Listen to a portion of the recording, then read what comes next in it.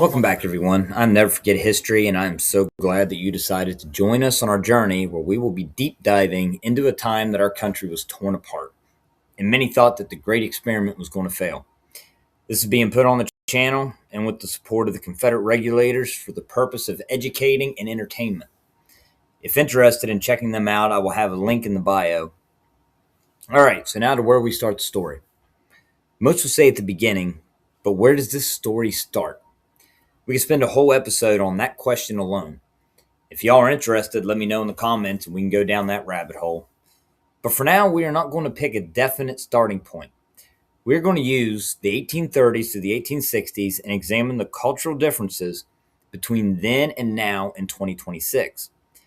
Of course, we won't be able to cover everything, but at least we can hit a few of the main topics and give a little more depth and insight thinking into the actions that took place. Why? For a few reasons. One, when you're looking at certain events that cause an effect, you cannot judge them based on the cause and effect as if it happened today. Things such as how you make money, feed your family, and the way language is used are drastically different. For example, in a letter to his wife, John Adams made the statement that Benjamin Franklin was the queerest man that he had ever met in his life. If you would make that statement to the generation of today and take those words used at today's value, you would have a whole generation thinking that one, Benjamin Franklin was homosexual, and two, massive amounts of today calling for Adams to be canceled for being homophobic. I feel that we will start looking at the northern states in this episode, go to what everyday life would have been, how the normal citizen would be viewing the world, and as a disclaimer, some words that might be used could be taken as offensive, but there are things in history that are offensive today and need to be discussed to comprehend why certain events happened. A good place to start would be the population at the time. Today, if you look at the states that were part of the Union, according to the Census Bureau, you have a total of 38,086,173, give or take a few. Now, this is only counting the states in the East, not including the territories in the Midwest or the new states of California, Oregon, and such. So just over 38 million free citizens. Now, let us look back on the census taken in the 1860s. The numbers changed dramatically. When the census was finished, they reported 18,019,969. So from then till now, you'll see a rise in those states' population of almost 53%. It is also important to put out that though these reports show no slaves in the North, it was not because there were none. They were not reported on the census for the northern states. Most of the states were free states, but then you had those such as Delaware and Maryland that were slave states. They did not report their slave numbers for two reasons. First was that due to the Dred Scott ruling by the Supreme Court in 1857, which will be covered later, those of African descent, whether slave or free, could not be citizens of the United States. The second was that due to them being in the North, they did not qualify for the 3/5 law. All that will be covered later. A huge factor in today versus then was how much religion affected everyone's lives. The population at that time in the northern United States was 92% Protestant, making up the Baptists, Presbyterians, and Methodists.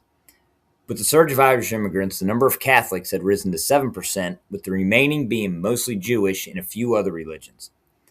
As much as certain people want to deny it, almost everything in politics, economy, and everyday life evolved around the church. We couldn't even imagine that today. Everything started with prayer. Almost every politician cited Providence or God for the decisions that they made. And this wasn't just for the 1850s through the 60s. This goes all the way back to the Revolution, the forming of the Constitution, to the drafting of the Declaration of Independence. But keep in mind, it wasn't this way solely in the United States. Religion ruled in all major countries. You had the Church of England, the Pope, Islam, and maybe later we can look at the differences and the impacts they had. But just remember, as we're going through this, almost everyone had some ties to religion or claimed to be a part of the church. It was almost considered taboo not to. And the political leaders knew this. Easiest way for one to maintain position, get funding, or push an agenda was to play to the moral high ground at the time. And like throughout all of history, it was exploited. Examples of it will be seen throughout the series. Another key aspect of the way in northern states was work, making a living, and raising a family. Today, a work week is 5 8-hour days, normally 40 hours. In the 19th century, there was only one day off, Sunday the Sabbath. Keep that in mind when we start talking about the money. In 1860, according to the census, 26% of the populace lived in urban or city environments. They were in the Industrial Revolution, where railways, steam power, manufacturing, and all sorts of labor jobs were moving from the farms and rural areas and concentrating on these cities popping up around them. This is a drastic change from the 30 years ago when only 9% of the population lived in urban areas. Now, with all the expansion of the urban areas, you would think that the American people were doing well financially. There were some, don't get me wrong. They were reported in the 1850 tax records to be roughly 300 millionaires in the U.S., though the exact number is not known. But most of these city dwellers were your normal Americans just trying to make a living. The amount of money that was made, of course, depended on the trade. The average income for a laborer or farmhand was $250 to $300 a year, at most $6 a week, while manufacturing jobs would pay between $400 to $700 a year, $14 to $23 a week. Remember the work week? Yep, 60 to 70-hour work weeks to make that money then, compared to the 40-hour work weeks we have now. So the husband and father would only be home to sleep and then home on Sunday to take the family to church and then work on the house. An Army private at the time was making $11 a month. Okay, so now let's look at inflation. If you made $300 to $500 a year, that was the same as making $11,000 to $20,000 as of January 2026. And that barely made ends meet then, as it would be almost impossible with the inflation cost to live on that now. Today, we are so used to having a lot of information that we mostly don't notice that we've got it. You cannot go anywhere without hearing the news on the radio, podcast, all the social medias, and of course the cell phone. If we hear something that we think is off or unsure of, or just don't believe, we can ask our phones and sift through library upon library amounts of information. Anything can be checked on in a second's notice. Now let's do what be the unthinkable to most of the American population. Let's strip all the computers, phones, radios away, and the only information you're receiving is days, weeks, and sometimes a month old. You go to the store and hear someone talking about the newspaper, the only source of news for the county, and then you must read it yourself. And you had no way to check if that information was true. That wouldn't take weeks or months to find out. The fastest way to communicate was the telegraph system that was not cheap for a family that was squeezing by. The other was the postal service, and that all depended on how far the letter was going. What was considered the most common way for information was word of mouth. And we all know how the old game of telephone goes. Now let's take all this information and put it together. You're living in a time where everything was some form of physical labor. Cleaning the house without electricity or even modern mops. Laundry that had to be done by your hands with soap that would eat away the dirt and your skin. Oh yeah, there was no testing or FDA approval back then. Just warming up the water to get yourself ready for work considered of hauling the water in a bucket, using either coal or wood to heat it up, and then hope you didn't scald yourself as you either washed with it or shaved. The toothbrush you're using, mostly horsehair you're putting in your mouth. We won't get into the process of cooking and all that. If that's something you'd like to dive into, just leave a comment and we'll work something up. Now you're leaving the house before sun is up, going to the mine, lumberyard, factory, or plant, and starting the day with work. You work all day, then go home at dark to a house that you are praying has nothing major that needs to be done before you eat and go to bed. If the kids are not old enough to help, you would then be hauling water, coal, or wood, and then maybe get to bed for 3 to 5 hours before starting it all again. And that was just to make enough money to pay the rent, buy the food, and maybe splurge on the paper. If you're in the country, replace the factory work with farming work. And there was no going out and buying food. The amount of work you put in was sometimes the only difference between your family surviving the winter or starving when the snow blocked you in. Now you get to go to church on Sunday, and the pastor used the news he heard to tie his sermon together. First time you were hearing about the Indian attack or John Brown's uprising or something to that effect. Maybe he is on a point and gives you the correct news, or maybe the information he was given was false. But how are you going to check it? Everyone in the churchyard is saying they read in the papers from the other town that this happened, or they heard at the store that this happened. But you have no way to know the truth of it, even though what is being talked about could affect you and your family.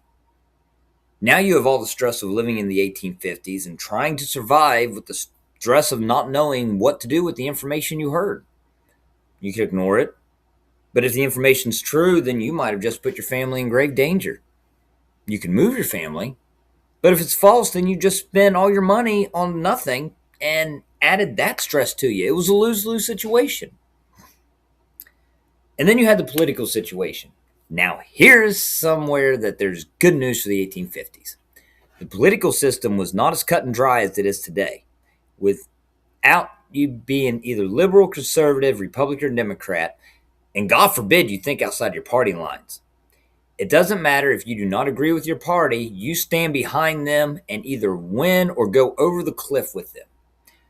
So with all this drama going on in the world today, we have that to deal with. Now let us go back to an easier time where politicians could have their own opinion. Yes, I know, heresy you cry. I can already hear the keys clicking in the comments, but please hear me out. Now that the torches and pitchforks are put away, back in the 1860s, the party in power was the Democrat Party. But in the Democrat Party, you had different branches of Democrats. Just like saying that you're Christian, but there are different kinds of Christians, different kinds of denominations. You had Northern Democrats, Southern Democrats, Peace Democrats, Expansion Democrats, and a few others. In the Republican Party, it was the new party that had just started in the 1850 and was starting to gather steam. But even with them, you had different denominations. You had the abolitionists at all cost. You had the branch that was not for abolition, but against slavery expansion. But then you had the smaller parties, such as your Constitutional Union Party, the Liberty Party. The goal of all these parties centered around a few common factors. One was the role and the amount of power in the federal government. You must remember that the United States is only 80 years old, and it was still in its infant stage, learning as it went. Naturally, you're going to have a group of people that want to have the power, and others that want the power to the people, and others that are split. Others issues was expansion, moving the natives off their land and claiming it for the United States. Groups like President Jackson's type Democrats were all for manifest destiny, that is, the Americans' God-given right to expand to the Pacific. Then you had groups that opposed it, that saw the Midwest as occupied land that should be left alone. Then, of course, what we always hear about is the positions of the parties on slavery. Now, we'll cover that in detail in another video. There's just not enough time in this video for that. The main takeaway is, if you were a Republican, it was not uncommon to vote for another party if they had your values. Same for the Democrats or the constitutional parties. They were not the same hard lines that we have today. Now for the touchy subject. Today, calling races by any name can get you canceled, fired, scorned, or worse. Back in that time, racism was looked at differently. In both the North and the South, it was a difficult subject. It has always been a touchy and debated subject all the way back to the Declaration of Independence. I'm not here to take sides or to sugarcoat anything. The purpose of this is to show the differences in the language. African American was not a phrase back then. When talking of other than English descent, the language used was not considered racist or racism worldwide. It was the way of defining and describing. So just because you hear someone in the series use certain words, do not go and immediately light the torches. Africans were referred to as Negroes, blacks, darkies, and such. Irish were called mix, paddies, and such. There were names for everyone that was non-English. Even the term Yankee was given to the northern states because they were colonies, not proper Englishmen. I'm not condoning any such use of the language or making excuses for it. Just letting you all be aware that such language will be seen throughout the series in written documents, and it is not to be taken as it means today. We have learned from our mistakes and know how and see things differently. On the next video, we will look at the normal aspects from the southern states and how they viewed life. There will be similarities between the two, but also massive differences. If you enjoyed this and want to see more, leave a like and comment letting me know if there's anything else that you want to see covered. Subscribe so you won't miss the next episode. Until then, stay safe, stay hungry for knowledge, and I'll catch you next time.